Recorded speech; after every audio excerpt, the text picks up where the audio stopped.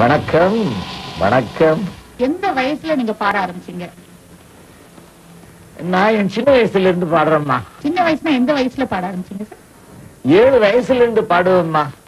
ஹார்மோனியத்துல 2.5 அக்டேவ் இருக்கும். அந்த கடைசி கட்டை இருக்கு இல்லையா, அந்த இந்த வெள்ளை கட்டையில முடியும். அதையும் தாண்டி போகுமா நம்ம சத்தம். அப்படி ஒரு கீச்சு சத்தம். சரி, இப்போ நான் இன்னொரு கேள்வி கேட்க ஆசைப்படுறேன். நீங்க முறைப்படி கர்நாடக சங்கீதம் பயின்றவரா, இல்லன்னா நீங்க இயற்கையா பாட ஆரம்பிச்சிட்டீங்களா சார்? இயற்கையிலேயே முதல்ல பாடிக்கிட்டு இருந்தேன். எனது 22 வயசு வரைக்கும் எனக்கு சங்கீதமே தெரியாது. அப்பெல்லாம் கேட்டே பாடிக்கிட்டு இருந்தேன். எதிரொலி பாடகன், பாவதருடைய எதிரொலி பாடகன் என்ன சொல்லுவாங்க. எனது 22வது வயதுல தான் சங்கீதத்தை கத்துக்கிட்டேன். ராமநாதபுரம் பூச்சி ஸ்ரீனிவாசையங்காரன்ட்டு ஒரு பெரிய மகா வித்வான் இருந்தாரு. அவருடைய சொந்த மருமான் காரைக்குடி ராஜாமணி ஐயங்கார். அவர்கிட்ட தான் முறையோட ஒரு 2 வருஷம் நான் சங்கீதம் கத்துக்கிட்டேன். அவர் தான் உங்க மானசீக குருவா சார்? ஆமா, சங்கீதத்துக்கு எனக்கு அஸ்திவாரம் போட்டவர் அவர் தான். ஏன்னா ஸ்வரஜானம் வேணும், ஸ்ருதி ஞானம் வேணும், லயஜானம் வேணும், பாவம் வேணும். அத்தனையும் சேர்ந்தாதான் ஒரு பாடகன் ஒத்துக்கொள்ளுவாங்க. அவர் அந்த பிச்சை எனக்கு போட்டார். நான் படிச்சது 2 வருஷம்.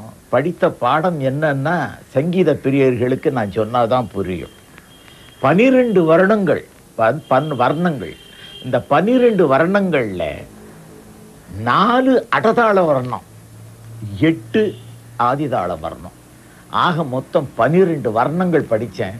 48 கீர்த்தனைகள் படித்தேன். 2 வருஷ பாடம். பிறகு அரங்கேற்றப்படி எல்லாம் பண்ணேன். ஆனா அப்பவும் எனக்கு இந்த எதிரொலி பாடகனா இருந்த பாடி பாடி பாடி மக்கள்கிட்ட எல்லாம் பழக்கம் இருந்தது பாருங்க. அப்ப சங்கீத கச்சேரி பண்றதுக்காக நல்ல வர்ணம் பாடுவேன், கீர்த்தனை பாடுவேன், ராகம் பாடுவேன். அதை கேட்க மாட்டாங்க. யோ, பாவதர் பாட்டை பாடியா, சின்ன பண்டம் பாட்டை பாடியா அப்படின்னு அப்பவும் கேட்டாங்க. சார், இப்போ திரையுலகத்துல நீங்க பாடின முதல் பாட்டு எது சார்? அதுதான் 1946 கிருஷ்ண விஜயம்னு ஒரு படம் எடுத்தாங்க. டைரக்டர் சுந்தர்ராவ் நட்கன்னி. அப்போ முதல் மியூசிக் டைரக்டர் எனக்கு பாட்டு சொல்லி கொடுத்தவர் காலம் சென்ற எனது அருமை அண்ணன் எஸ் சுப்பையா நாயுடு அவர்கள். சார், எப்படி சார் அப்ப பாடின மாதிரியே இப்பவும் பாடிட்டு இருக்கீங்க? அதுமா சாரீரத்துல தியாகராஜ சுவாமிகள் பாடியிருக்காங்க, கீர்த்தனையில பாடியிருக்காங்கம்மா. நாபி ஹிருத் கண்ட ரசன, அடிவயத்திலிருந்து வரணும் நாதம். அந்த நாதம் அங்கிருந்து கிளம்பி ஹிருதயத்தோட கலந்து கண்டத்துல நாசியோட முடியணும். அது என்ன அப்படின்னு பார்த்தா சுருக்கமா ஓம் அப்படின்னு சொல்றது. இந்த அகில உலகமே இந்த ஓம்காரத்துல தான் நடந்துகிட்டு இருக்கு. அந்த ஓம்காரத்தை எப்படி சொல்றது? வெறும் பாருங்க, அடிவயத்திலே சொல்லி பார்க்கலாம். ஓம் அசிங்கமா இருக்கு. ஹிருதயத்துல கலந்து ஓம்னு கொடுக்கிறோம். இதே இங்க சொல்லும் போது ஓம்னு வருது. நாசில்ல வெறும் நாசில சொல்லலாம் ஓம்னு இருக்கு. அப்ப இங்க 4ம் கலந்தா ஓ.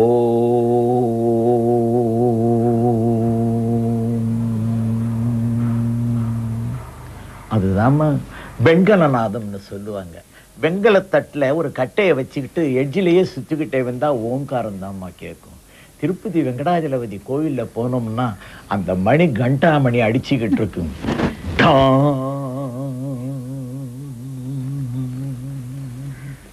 அவ்வளவு சுகம் இருக்குமா. அது மாதிரி தான் கண்டசாலா பாடுற மாதிரி கண்டாமணி மாதிரி வரணுமா நாதம். அந்த நாதம் தான் எல்லா மனசுலையும் போய் புகும்.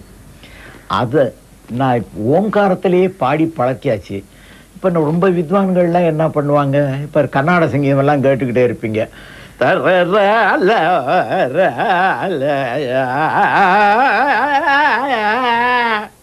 இது என்ன தோடி ராகம் பாடுறாங்க இவ்வளவு சிங்காரமாக. இதே அடக்கி பாடணும்.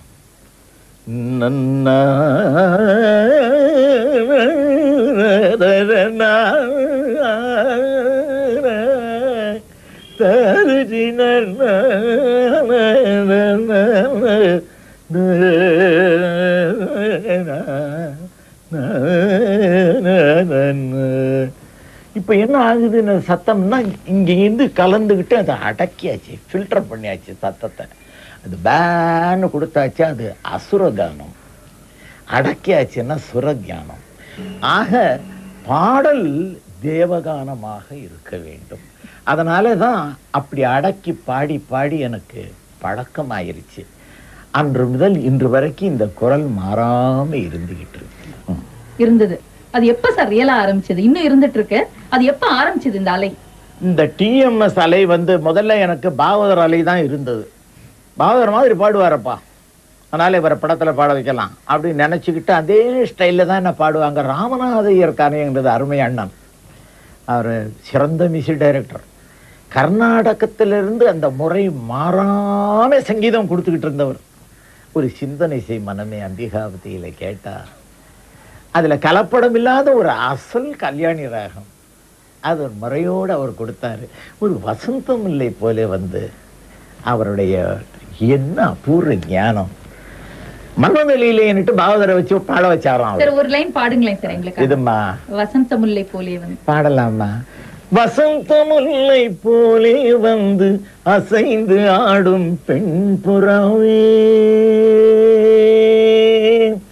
வசந்த முல்லை போலே அசைந்து ஆடும் பெண் புறாவே, மாயமெல்லாம் நான் அறிவேனே,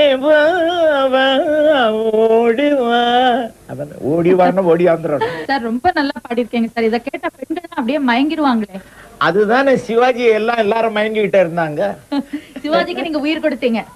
ஆமா, அது நான் சொல்ல மாட்டேன். அவர் நடிச்சதுனால எனக்கு புகழ் வந்தது. நான் ஒண்ணு சொல்றேம்மா, எம்ஜிஆருக்கும் பாடி இருக்கேன், சிவாஜிக்கும் பாடி இருக்கேன். எம்ஜிஆருக்கு நான் பாடினதுனால எனக்கு பேர் வந்தது, சிவாஜிக்கு பாடினதுனால சிவாஜிக்கு பேர் வந்தது. ஏன்னா சிவாஜி கிட்ட என்னுடைய பாட்டு அவர் பாட்டா மாறிடுச்சும்மா. எம்ஜிஆர் செஞ்ச அந்த ஒரு சலனங்கள்லாம் அந்த ஸ்டைல்கள் எல்லாம் எனக்கு பேரை கொடுத்தது. அதுதான் ரெண்டு பேரையும் நான் நினைச்சுக்கிட்டு இருக்கேன். ரெண்டு பேரையும் என்னுடைய ஹிருதயத்துல வச்சுட்டு இருக்கேன்மா. எம்ஜிஆர் சார், சிவாஜி சார் ரெண்டு பேருக்கு நீங்க பாடிருக்கீங்க. பாடும்போது ரொம்ப பாவத்தோட பாடுவீங்க. ஒரு ஆக்டிங் இருக்கும், அந்த குரல்லயே தொனிலேயே தெரியும் அந்த ஆக்டிங். அது அவங்க ஆக்டிங்க இன்னும் நல்லா மிகைப்படுத்தி காண்பிக்கும். ஆமா, இது எப்படி சார் உங்களுக்கு இயற்கையா வந்ததா இல்ல பிராக்டிஸ் பண்ணுவீங்களா? அது மாதிரி பிராக்டிஸ் இல்லம்மா. என்னுடைய சாரீரத்துல கள்ள தொண்டையில பாட வராது. எவ்வளவு பேஸ்ல வந்தாலும் எவ்வளவு மேல போனாலும் ஒரு நேச்சுரலான ஒரு சத்தம் இருக்கிறதுனால அதை உணர்ந்து உணர்ந்து அனுபவிச்சு பாடுறது. அப்படி இந்த பாவம்ங்கிறது எப்படி வந்தது? நாம பேசக்கூடிய மேட்டர்லயே நாம ஒன்றிட்டோம்னா அந்த பாவம் வந்துடும். ஐயா நல்லா இருக்கீங்களா? ஐயா எப்படி இருக்கீங்க? ஐயா உங்களை பார்த்தா எனக்கு மனசுக்கு ரொம்ப சந்தோஷமா இருக்குயா. இதே கொஞ்சம் வேகமா சொன்னா, ஐயா நல்லா இருக்கீங்களா? ஐயா உங்களை பார்த்தா எனக்கு ரொம்ப சந்தோஷமா இருக்கேன்னா அது மனசுல ஈர்க்கலை. இது நான் சொன்னது, அப்பா எவ்வளவு சுகமா பேசுறாருப்பா இவரு அப்படின்னு சந்தோஷமா இருக்கும். நீங்க சொன்னீங்களே அசுரம் அசுரத்தனம் குரல்ல இருக்க மாதிரி. ஆமா, குரல் இதம் இருக்கணும்ன்றீங்க. ஆமா சார், நீங்க இப்ப சிவாஜி எம்ஜிஆருக்கு மட்டும் இல்லாத அந்த காலத்துல முத்துராமன், ஜெய்சங்கர், ரவிச்சந்திரன், நாகேஷ் அப்படி இருக்கவங்க கிட்ட கூட பாடி இருக்கீங்க. ஆனா கண்ணை மூடிட்டு கேட்கும் போது உண்மையாவே முத்துராமன் பாடுற மாதிரி இருக்கும், நாகேஷ் பாடுற மாதிரி இருக்கும். இதெல்லாம் எப்படி சார் நீங்க அவங்களோட பேசி பழகிட்டு பாடுவீங்களா? அதேதான்.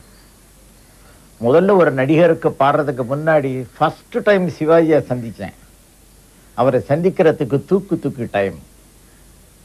அந்த தூக்கில நான் பாடுறதுக்காக போயிருக்கும் போது முதல்ல என்னை அந்த ப்ரொடியூசர் என்னை கான்ட்ராக்ட் பண்ணிட்டாரு. கான்ட்ராக்ட் பண்ணிட்டு ரிஹர்சலுக்காக நான் போயிருந்தேன். போயிருக்கும் போது, சார் ஒரு ப்ராப்ளம் சார், ஒரு பராசக்தி சிதம்பரம் ஜெயராமன் தான் அவர் பாடியிருக்காரு, அதனால அந்த புகழ் அவருக்கு இருக்கிறதுனால அவர் தான் தனக்கு பாடணும் அப்படின்ட்டு எல்லாரும் சொல்லிக்கிட்டு இருக்காங்கப்பா. சிவாஜி அவர்களுக்கும் எல்லாரும் நான் அபிப்பிராயப்படுறாங்க, அதனால இந்த ப்ராப்ளம் இருக்கு, எப்படி என்ன பண்றதுன்னு தெரியல அப்படின்ட்டு. அப்ப நான் சொன்னேன், ஏதோ பாடணும்னுட்டு என் தலையில் இருந்தா நடக்கட்டும். நான் வந்தேன், நீங்க கூப்பிட்டீங்க, எக்ரிமெண்ட் போட்டீங்க, பாடலாம்னுட்டு வந்திருக்கேன். ஆனா ஒண்ணு சொல்றேன், ஒரு ஓசியிலேயே பணம் நீங்க கொடுக்க வேணாம், ஒரு 3 பாட்டு இலவசமா பாடி கொடுக்குறேன். அந்த பாட்டை திருவாளர் சிவாஜி அவர்கள் கேட்கட்டும். கேட்டு அவருக்கு பிடித்தால் நான் பாடுறேன், இல்லைன்னா ராஷ்டிர பாஷா வரை ஹிந்தி படிச்சிருக்கேன், SSLC வரை இங்கிலீஷ் படிச்சிருக்கேன். எனக்கு புக் கீப்பிங் வந்து செகண்ட் லாங்குவேஜ். ஒரு ஆடிட்டரா கூட நான் ஒர்க் பண்ணிடுறேன், அவ்வளவு ஞானம் இருக்கு. எங்கேயாவது ஒரு உத்தியோகத்துக்கு போயிடும் அப்படின்ட்டு சொன்னம்மா. அப்படி சந்திக்கக்கூடிய நேரம் பாட்டு 3 பாட்டு எடுத்தாச்சு. எடுத்த 3 பாட்டு என்ன பாட்டு? சுந்தரி சௌந்தரி நிரந்தரியே சூரி என்னும் உமையே குமரியே சுந்தரி சௌந்தரி, அந்த ஒரு பாட்டு. கண்டால் கொள்ளும் விஷமாம் கட்டழகு மங்கையரே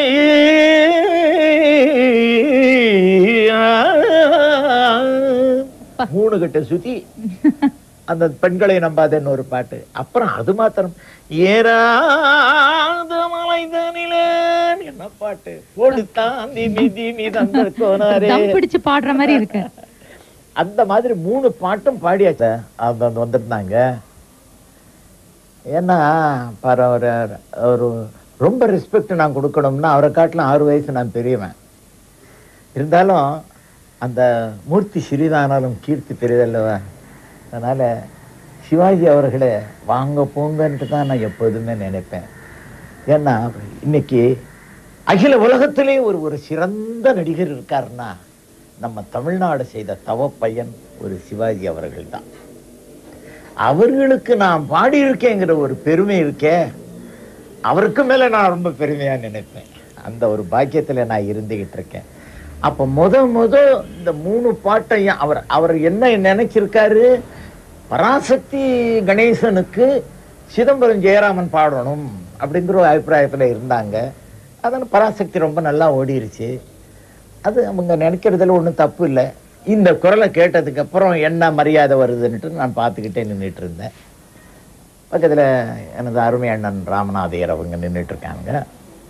முதல்ல வந்தது சுந்தரி சௌந்தரி. அவர் பாட்டுக்கு உட்காந்துக்கிட்டு அப்படியே தாளம் போட்டு கேட்டார். பெண்களை நம்ம வந்ததுக்கு அப்புறம் கொஞ்சம் இப்படி சாஞ்சி உட்கார்ந்துருந்தவர் கொஞ்சம் நேரம் நிமிந்தார். அப்புறம் ஏறாத மலைதனிலே பாட்டு வந்தது. கொடுத்தான் திமி திமி தந்த கோனார். இது வந்த உடனே அவரே தாளம் போட ஆரம்பிச்சிட்டார். தாளம் போட்டு ரொம்ப ரசிக்கிறாரு.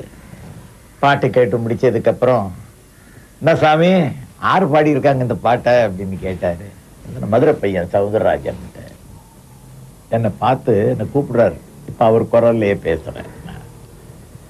வாங்கய்யா, பக்கத்துல வாங்கய்யா, ரொம்ப நல்லா பாடி இருக்கீங்க, இந்த படத்துல பூராவும் நீங்களே பாடுங்க அப்படின்னு முதுகலை தட்டி கொடுத்தாருமா. அப்பவே ஜட்ஜ் பண்ணிட்டேன், இவருடைய குரல் எங்க இருக்கு, அடிவயத்துல இருந்து வருது.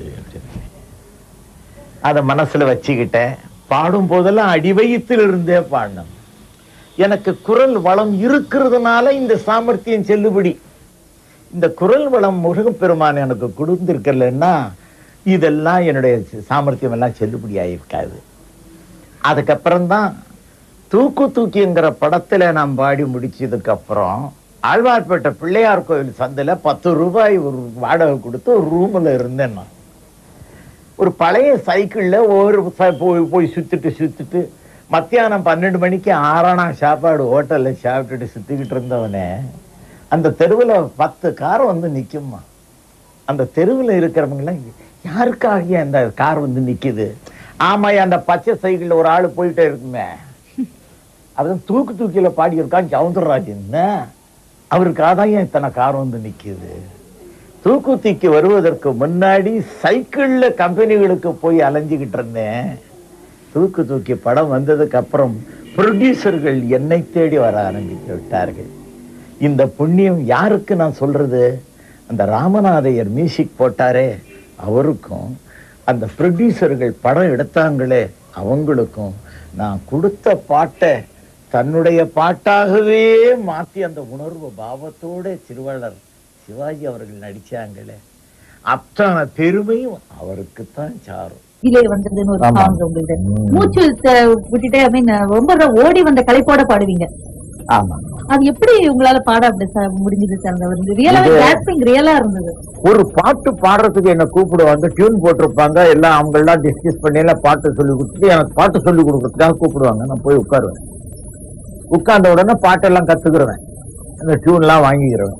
மனசுல வாங்கிட்டு உடனே அந்த கதாசிரியர்கிட்ட போய் உட்காருவேன். ஐயா இந்த பாட்டினுடைய சிச்சுவேஷன் என்ன, எதுக்காக இந்த பாட்டு, எந்த இடத்துல பாடுறாங்க, அவங்க சூழ்நிலை என்ன, இதெல்லாம் கேட்பேன். அப்ப அவங்க சொல்லுவாங்க.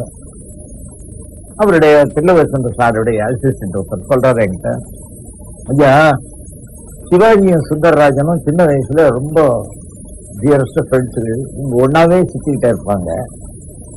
காலம் ஓடியது மாறியது, அதுல சிவாஜி கோடீஸ்வரன் ஆயிட்டாரு, இந்த சுந்தரராஜன் கார் டிரைவர் ஆயிட்டாரு. அவர்கிட்டே காரை ஓட்டிக்கிட்டு இருக்காரு தன்னுடைய ஃப்ரெண்டு.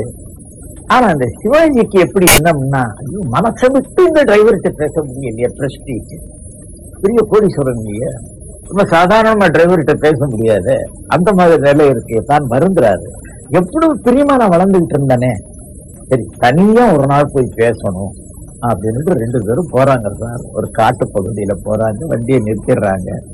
உடனே பழைய நினைவுலேயே 2 பேரும் கையை கோத்து விட்டு ஓடுறாங்க, மணல்ல விழுகிறாங்க. அந்த காலத்துல எல்லாம் பள்ளிக்கூடத்துல படிக்கும் போது தானே மாங்காய் அடிச்சோம், தேங்காய் அடிச்சோம், டியூன் விரட்டிட்டு வரும்போது அந்த பக்கம் ஓடி காமிச்சோம், எப்படிப்பா எப்படியெல்லாம் வாழ்ந்தப்பா அப்படின்னு சந்தோஷமா இருந்துகிட்டு அந்த ஓடுறதுலயே மூச்சு இறைச்சிக்கிட்டு அந்த பழைய ஞாபகம் எல்லாம் வருதுப்பா அப்படின்னு பாடுறாரு சார் அப்படின்னாங்க. பாட்டு நான் வாங்கிக்கிட்டேன். இப்ப எப்படி மூச்சு இறைச்சி பாடணுங்க, அது சவுண்ட் ஆஃப் மியூசிக் இங்கிலீஷ் படம் நான் பார்த்திருந்தேன். அப்ப எனக்கு ஒரு பேராசை அந்த படத்தை பார்க்கும் போது, டயலாக் மாதிரி பேசிக்கிட்டே வரவங்க மியூசிக்ல கொண்டு போய் ஜாயின் பண்ணுவாங்க.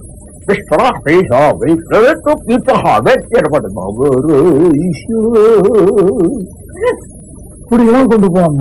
அதெல்லாம் கேட்பேன். அந்த காலத்துல அப்படி ஒரு சந்தோஷம் இருந்தது எனக்கு. இது மாதிரி ஒரு பாட்டு பாடுறதுக்கு எனக்கு கிடைச்சா இப்படி எல்லாம் பாடலாம்னு. ஒரு ரியல் கலைஞனுடைய எண்ணம் இப்படிதான் இருக்கணும், அந்த மாதிரி நினைச்சுக்கிட்டு இருந்தேன். அப்புறம் விஸ்வநாதன் எனக்கு பாட்டை சொல்லி கொடுத்த உடனே, சார் டைலாக் பேசுறீங்க, பாட்டா வருது, சவுண்ட் ஆஃப் மியூசிக் தானேன்னு கேட்டுவிட்டேன். அவருக்கு உண்மை புரிஞ்சிருச்சு. ஆமாண்ணே அதேதான், இங்க வேற ஒண்ணும் இல்லை அப்படின்ட்டாரு. இந்த சிச்சுவேஷன் வாங்கிக்கிட்டா ரெக்கார்டிங் போய் நின்றுட்டோம். உள்ள ரெக்கார்டிங் ரூம்ல உட்கார்ந்துருக்காங்க, சிவாஜி அண்ணார் உட்கார்ந்துருக்காரு, டைரக்டர்கள் எல்லாம் ஃபுல்லா ஒரு ரெக்கார்டிங் ரூம்ல இருக்காங்க.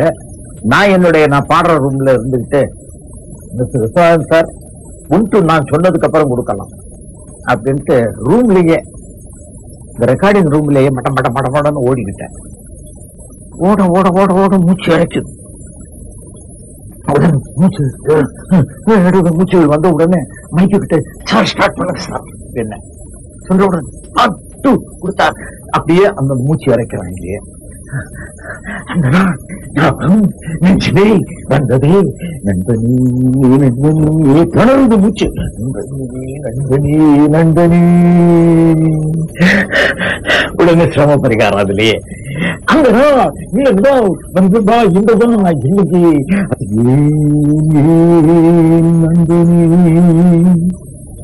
ரெக்கார்டிங் ரூம்ல இருந்து சத்தம் வருதுமா. ஒண்டர்ஃபுல் டீம், நான் அந்த கேரக்டரோட ஒன்று போயிட்டேம்மா. நான் தான் சிவாஜின்னு நினைச்சுக்கிறேன். அவர் எப்படி எல்லாம் நடிப்பார், எப்படி எல்லாம் என்ன செய்வாருன்றது எல்லாம் நான் என் மூஞ்சியில எக்ஸ்பிரஷன் இருக்கோ இல்லையோ அது எனக்கு தெரியாது. நான் கரெக்டா அது மாதிரி செய்தேன்.